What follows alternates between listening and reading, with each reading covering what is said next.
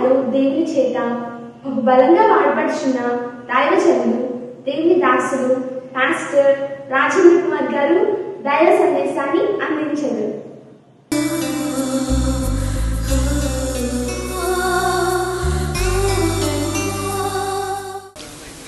దయచేసి గమనించండి, దేవుని వాక్యం వెంటనే మీరు సహాయం కొరకు ప్రభు దగ్గరికి రండి. దేవుడు తప్పక మీకు సహాయం అనుగ్రహిస్తాడు. రక్షణ కోరుకుంటే మీకు రక్షణ ఇస్తానన్నాడు దేవుడు. మీరు రక్షించబడాలని మీకు కోరుకుంటే, శ్రమలో నుంచి విడుదల పొందాలని మీ కోరిక అయితే, దేవుడు నేను రక్షిస్తాను సిద్ధంగా ఉన్నాను. మరి నీ కోరిక ఉందా? సహాయం కోసం వస్తావా దేవుడి దగ్గరికి? పట్టుదల కలిగిన సమస్య నుంచి విడుదల పొందాలని ఆసక్తి ఉంటే రండి. మీ సమస్యల నుంచి, మీ ఆర్థిక పరిస్థితుల నుంచి బయటికి రావాలంటే సహాయాన్ని వేడుకోవడానికి రండి. దేవుడు తప్పక సహాయం ఇస్తాడు. ఒకవేళ రాలేని పరిస్థితుల్లో ఎవరైనా ఉన్నారా? తప్పక ఇవాళ మీటింగ్ అయిపోయిన తర్వాత భోజనాలు చేస్తున్న సమయంలో ఎస్ఎస్సి మినిస్ట్రీస్లో ఉన్నటువంటి ప్రేయర్ వారియర్స్ కొంతమంది ఇక్కడ టేబుల్ వేసుకొని మీ సమస్యలు రాస్తారు. మీ పేరు చెప్పండి, మీ సమస్య ఏమైనా ఉంటే తప్పక చెప్పండి. రాలేని పరిస్థితిలో ఉన్నవారు మీ గురించి మేము ప్రార్థన చేయడానికి సిద్ధంగా ఉన్నాం.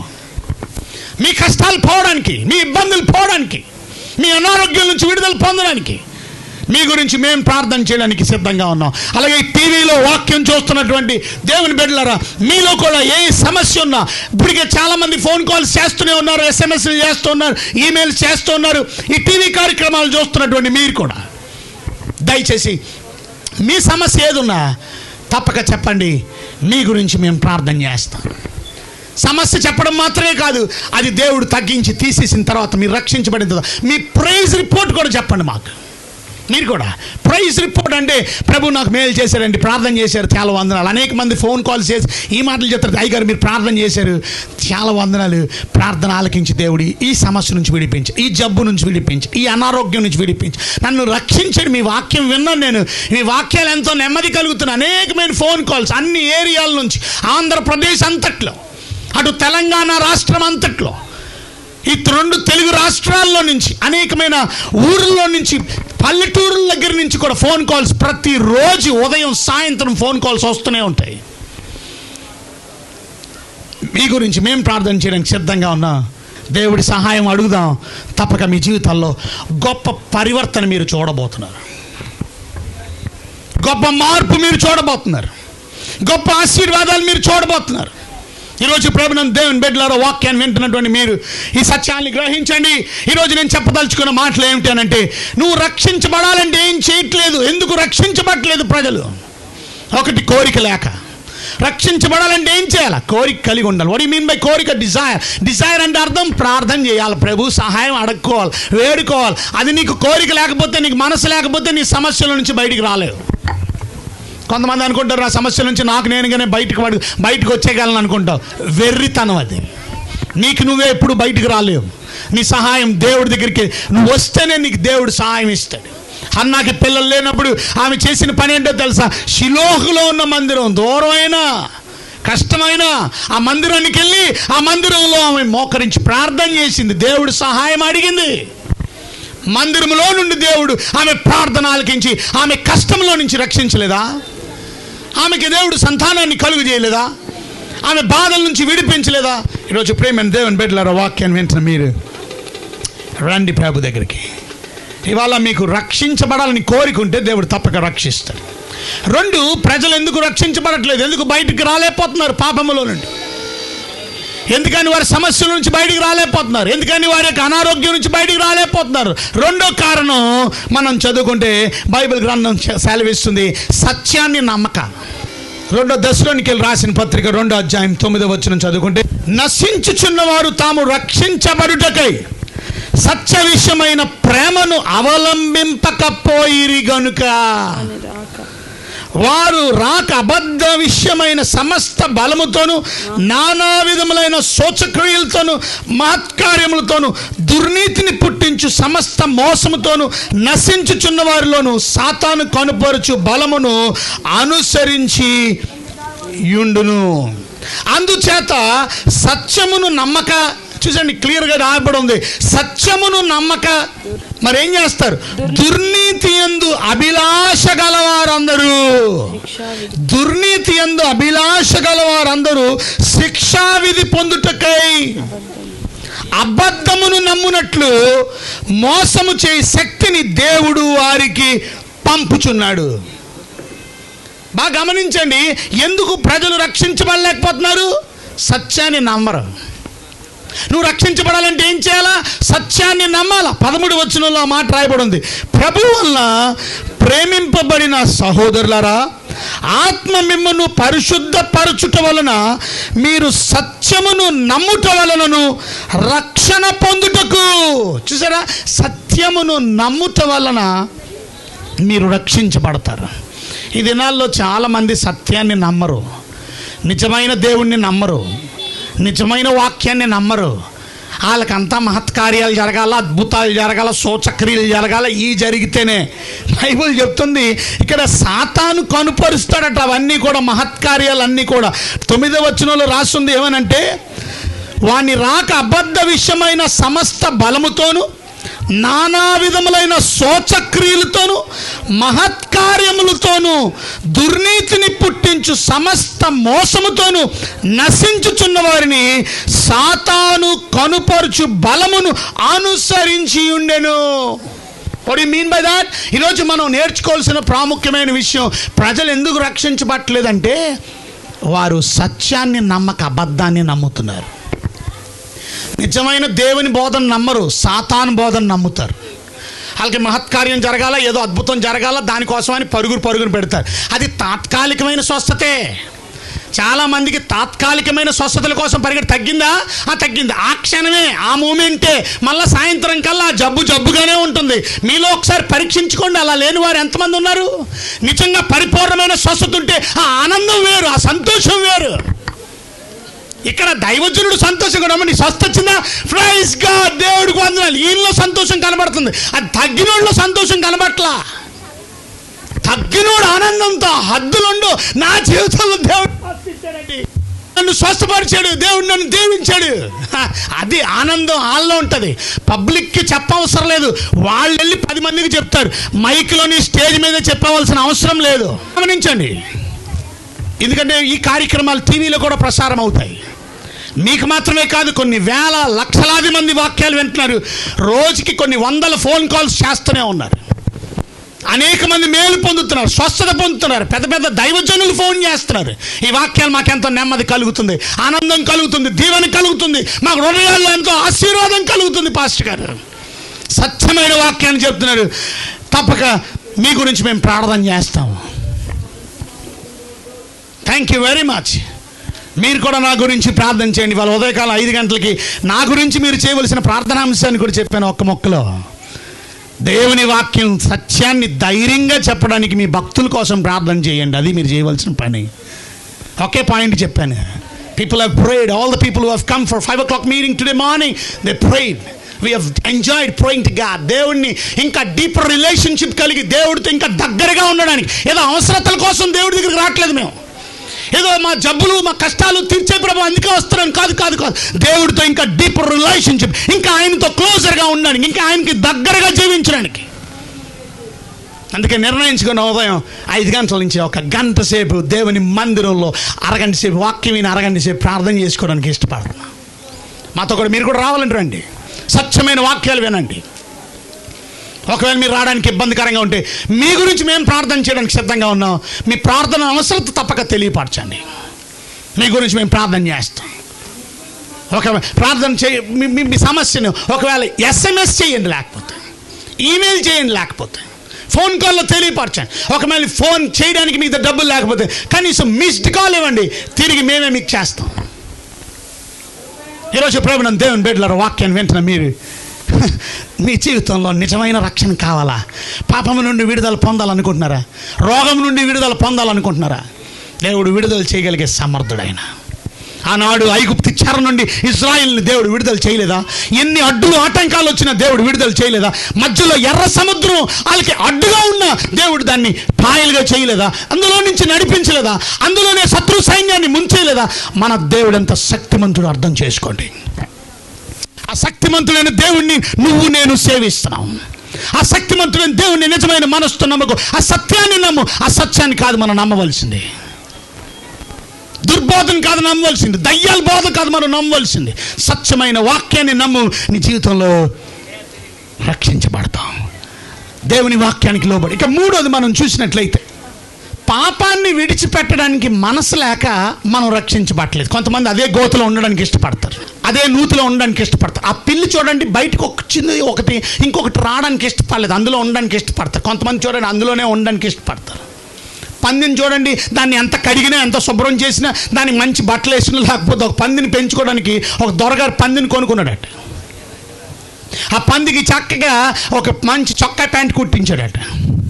ఆ పందిని ఉయ్యాల్లో ఊపుతున్నాడంట. ఆ పందికి రోజు పొద్దున్నే పాలు పడుతున్నాడంట. ఆ పందికి రోజు బ్రెడ్ మంచి జామ్ గీమ్ రాసి బ్రెడ్ పెడుతున్నాడంట. అంత మంచి భోజనం పెడుతున్నాడు. ఒకరోజు ఆ పందితో వాకింగ్కి వెళ్ళాడట. కుక్కతో కొంతమంది వాకింగ్కి వెళ్తారు కదా, కుక్క చైన్ పట్టుకొని ఈయన పంది పట్టుకొని వెళ్తాడంట. పంది పట్టుకొని నడుచుకొని వెళ్తున్న సమయంలో 4 కాళ్ళు డ్రైనేజ్ ఒకటి కనబడిందంట. ఆ డ్రైనేజ్ దగ్గర పంది ఈ చైన్ పీకేసుకొని గబగబా వెళ్ళిపోయి ఆ బురదలో దొరికిసిందంట. ఆ పందితో అన్నాడంట వానర్ గారు, ఆ దొరగారు అన్నారు, బాబు పంది వచ్చే ఇంటికి వెళ్ళిపోదాం.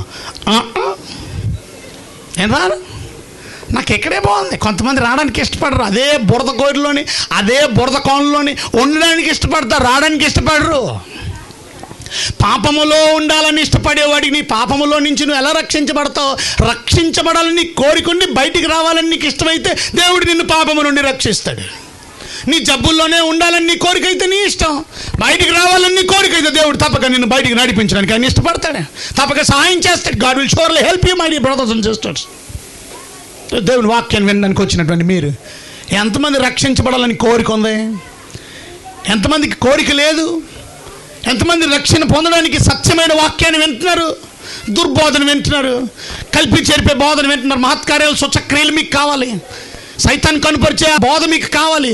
సత్యమైన వాక్యాన్ని వినడానికి ఇష్టపడలేనప్పుడు మీరు రక్షించబడలేరు, పాపంలోని రక్షించబడలేరు, మీ సమస్యల నుంచి రక్షించబడలేరు. ఇవాళ I encourage you my brothers and sisters. వాక్యం ద్వారా మిమ్మల్ని ప్రోత్సహిస్తున్నాను. అర్థం చేసుకోండి దేవుని వాక్యాన్ని. రక్షించబడాలంటే బైబిల్ చదవండి ఒకసారి. ఇవాళ మీ పాపాన్ని విడిచిపెట్టాలి. మూడోది యెషయా గ్రంథం 59వ అధ్యాయం 1వ వచనం చదువుకుంటే, యెషయా గ్రంథం 59 1వ వచనం, రక్షింపనేరకయుండినట్లు యెహోవా హస్తం కురచకాలేదు, విననేరకయుండినట్లు ఆయన చెవులు మందం కాలేదు, ఆయన చెవులు మందంగా లేవు. మీ దోషములు మీకును మీ దేవునికి అడ్డముగా వచ్చెను. అది మీ దోషాలు దేవునికి మీకు అడ్డంగా ఉన్నాయి. మీ పాపములు ఆయన ముఖమును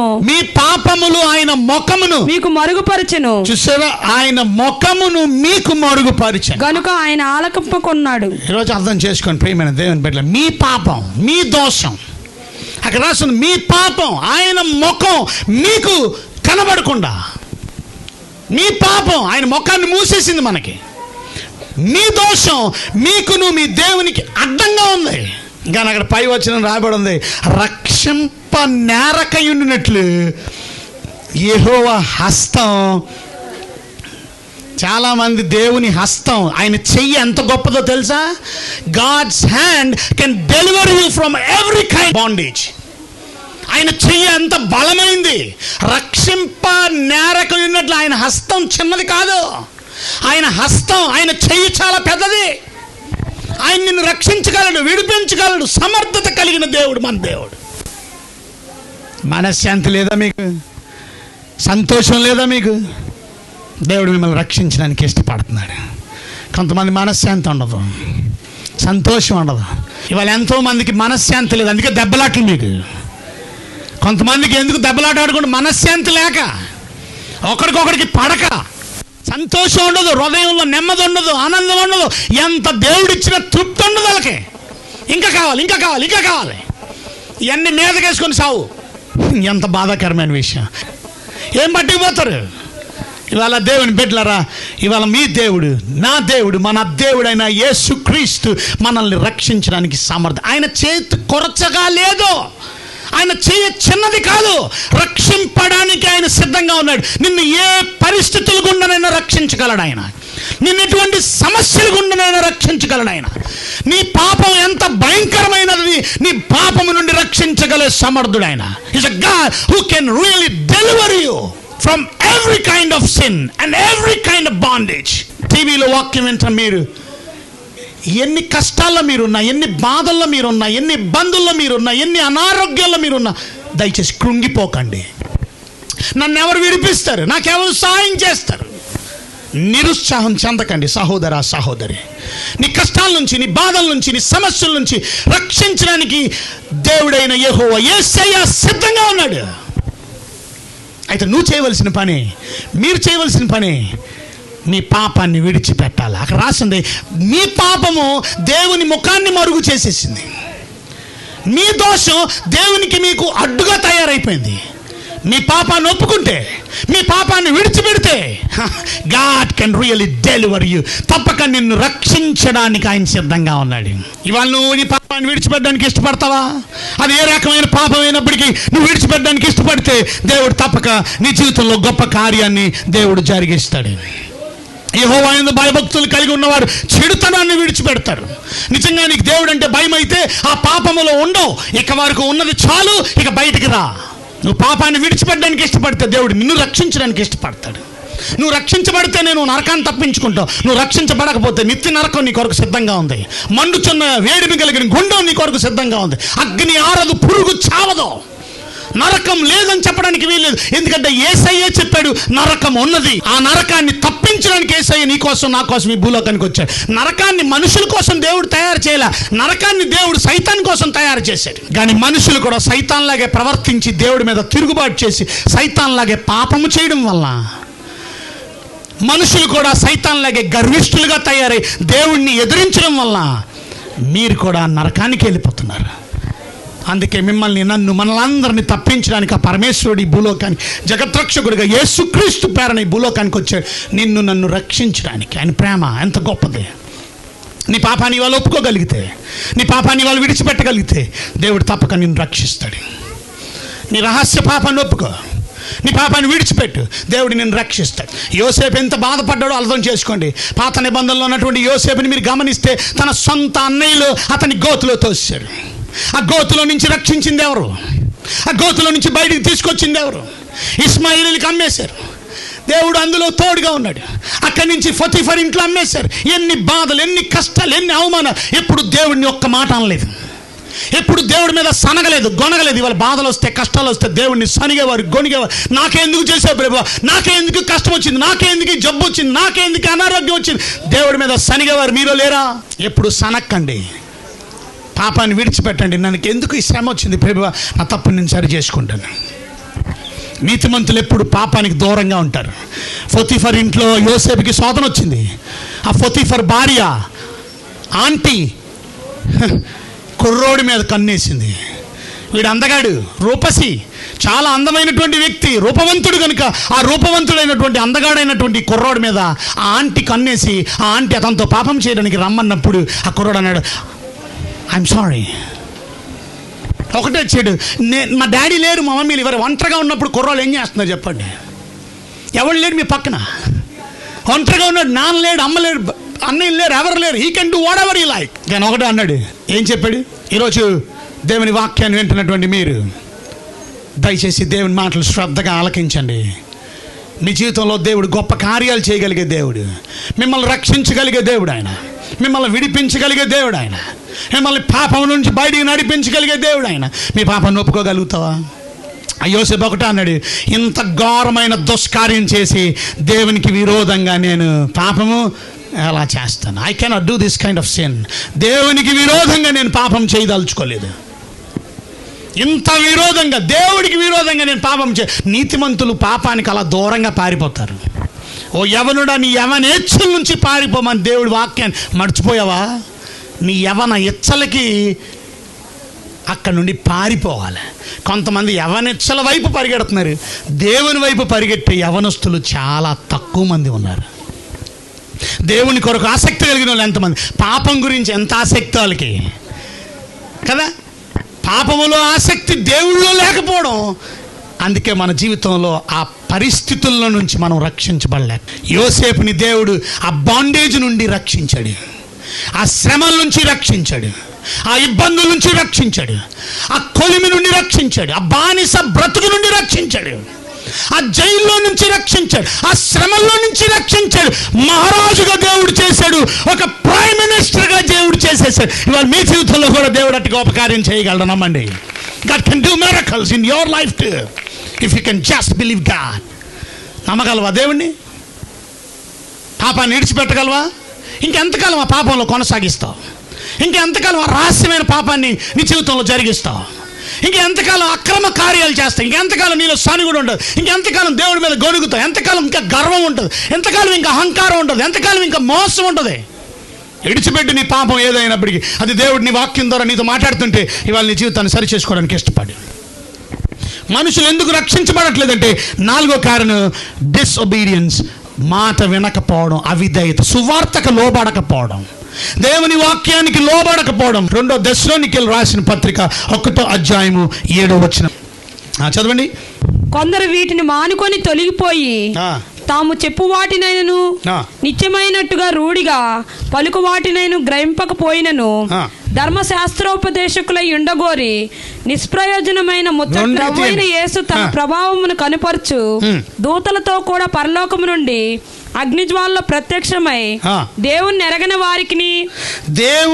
ఎరగని వారికి మన ప్రభువైన యేసు సువార్తకు లోబడిన వారికి, అది అక్కడ రాసింది, మన ప్రభువైన యేసు సువార్తకు లోబడిన వారికి ప్రతిదండన చేయనప్పుడు మిమ్మల్ని శ్రమపరచు వారికి శ్రమయు. ఎవరండి వీళ్ళు? ఎందుకు రక్షించబడట్లేదు? ప్రభువైన యేసు సువార్తకు లోబడరు. ఇంత మంచి వాక్యం మీకు అందించబడుతుందంటే ఎంతమంది ఒబీడియన్స్తో లోబడే వాళ్ళు ఉన్నారు? లేచి నిలబడి మీరు తీర్మానం చేసుకోమంటే ఎంతమంది రెడీగా తీర్మానం చేసుకోవడానికి ఇష్టపడతారు? ఏదో లేచి నిలబడమంటారు, లేచి నిలబడతారు. మోకరించమంటే మోకరిస్తారు, కళ్ళు మూసుకోమంటే కళ్ళు మూసుకుంటారు, ప్రార్థన చేసుకోమంటే 2 మొక్కలు ప్రార్థన చేసుకుంటారు. అది కాదండి ఇంపార్టెంట్, లైఫ్ చేంజ్ అవ్వాలా. ఇవాళ మీరు ఇక్కడికి వచ్చింది ఎందుకో తెలుసా? మీ జీవితాలు మార్చబడ్డానికి. ఇవాళ నేను ఇక్కడ ప్రకటించేది యేసుక్రీస్తు గురించి. మీ జీవితాలని మార్చే దేవుడు, మీ బ్రతుకులను మార్చే దేవుడు, మీ బంధువుల కొలుముల నుంచి విడిపించగలిగే దేవుడు. యోసేపుని దేవుడు విడిపించాడు, మహారాజుగా దేవుడు చేశాడు. దేవుడు నిన్ను విడిపిస్తాడు. ఆయన సహాయం అడుగు. నువ్వు ఎంత రోగంతో ఉన్నా, చావు బతుకుల్లో ఉన్నా నిన్ను విడిపించగలరు. హిజ్కియా అదే ప్రార్థన చేశాడు. మరణ పాశంలో ఉన్నాడు, మరణ పడక మీద ఉన్నాడు. డాక్టర్లు కాదు అతను చెప్పింది చచ్చిపోతావని. దేవుడు చెప్పాడు, తన ప్రవక్తను పంపించి నువ్వు చచ్చిపోతావు, ఇల్లు చక్కబెట్టుకో అన్నాడు. నువ్వు మరణం అవుతావు, నువ్వు బ్రతకవు, దేవుడే చెప్పేశాడు. అయితే అతను ఒక పని చేశాడు. ఏం చేశాడో తెలుసా? అతను ప్రార్థన చేశాడు. అతను లెగడానికి కూడా ఓపిక లేదు, ఎందుకంటే అతనికి రాసపుండు పుట్టింది. ఆ పుండు వల్ల మంచం మీదే ఉన్నాడు. మంచం మీద నుంచి లెగిసి ప్రార్థన చేసుకోవడానికి ఓపిక లేదు అతనికి, మోకరించడానికి ఓపిక లేదు పాపం అతనికి, లేచి నిలబడడానికి ఓపిక లేదు అతనికి పాపం. కానీ మంచం మీదే ఉండి ప్రార్థన చేశాడు, మంచం మీదే పడుకొని ప్రార్థన చేశాడు. ఇవాళ అమ్మలారా ఇలారా, నువ్వు పడుకొని ప్రార్థన చేసిన దేవుడు వింటాడు, నువ్వు నిలబడి ప్రార్థన చేసిన దేవుడు వింటాడు, నువ్వు కూర్చొని ప్రార్థన చేసిన దేవుడు వింటాడు. నువ్వు ఎటువంటి ప్రార్థన అయినా, నువ్వు ప్రార్థన చేస్తున్నావా? ముందు ఓపిక లేకుండా, నిలబడ్డానికి ఓపిక లేకపోతే ఆయన ప్రార్థన చేయడం మానేయలేదు. ఆ రాసపుండుతో బాధపడుతూ, మరణకరమైన పుండుతో బాధపడుతూ, ఆ పుండు అతని మరణానికి దారి తీసిన పుండుతో బాధపడుతూ, చచ్చిపోతావని కబురు అందగానే అతను ఆ మంచం మీదే ప్రార్థన చేశాడు. దేవా, యథార్థ హృదయుడినై సత్యముతో నీ సన్నిధి నేను ఎలా నడుచుకున్నాను, కృపతో నన్ను జ్ఞాపకం చేసుకోయ్యా, నా పాపాన్ని మన్నించయ్యా, నన్ను క్షమించయ్యా, నీ సన్నిధిలో నేను నడుచుకున్న విధానాన్ని బట్టి నన్ను రక్షించయ్యా. దేవుడు అతన్ని విడిపించలేదా? అతన్ని రక్షించలేదా? అతనికి మళ్ళా 15 సంవత్సరాలు ఆయుష్ ఇవ్వలేదా? దేవుడు అతన్ని బ్రతికించలేదా? అతని మరణకరమైన రోగము నుండి తగ్గించలేదా? మరణకరమైన రోగము నుండి నిన్ను తగ్గించగలిగే దేవుడు నా దేవుడు. అనారోగ్యం నుంచి విడిపించగలిగే దేవుడు నా దేవుడు.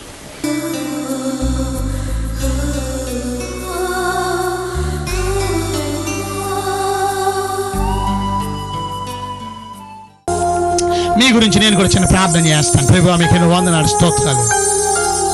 ఎవరైతే బిడ్డలు లేచి నిలబడి తీర్మానం చేసుకుంటున్నారు అంటే బిడ్డల్ని కనికరించండి. ఈ వాక్యం టీవీలో కూడా వింటున్న మీ ప్రియ బిడ్డల్ని దీవించండి.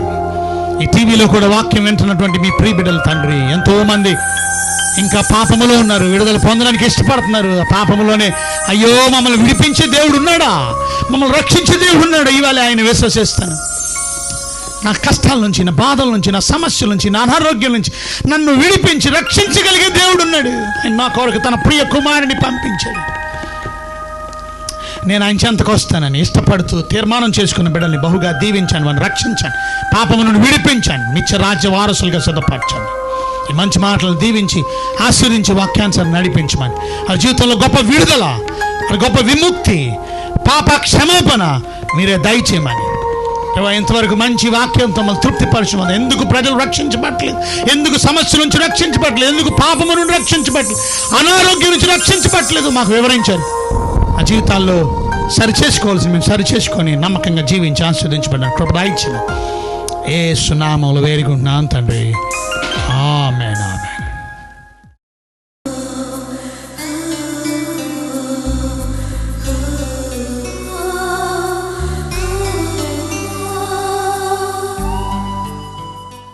Our address, Jeeva Jalamulu, SCC Ministries, Lakshminagar Pipal Road, Vijayawada 520015.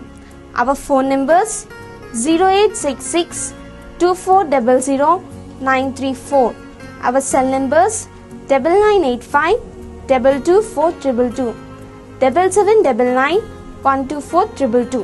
God bless you.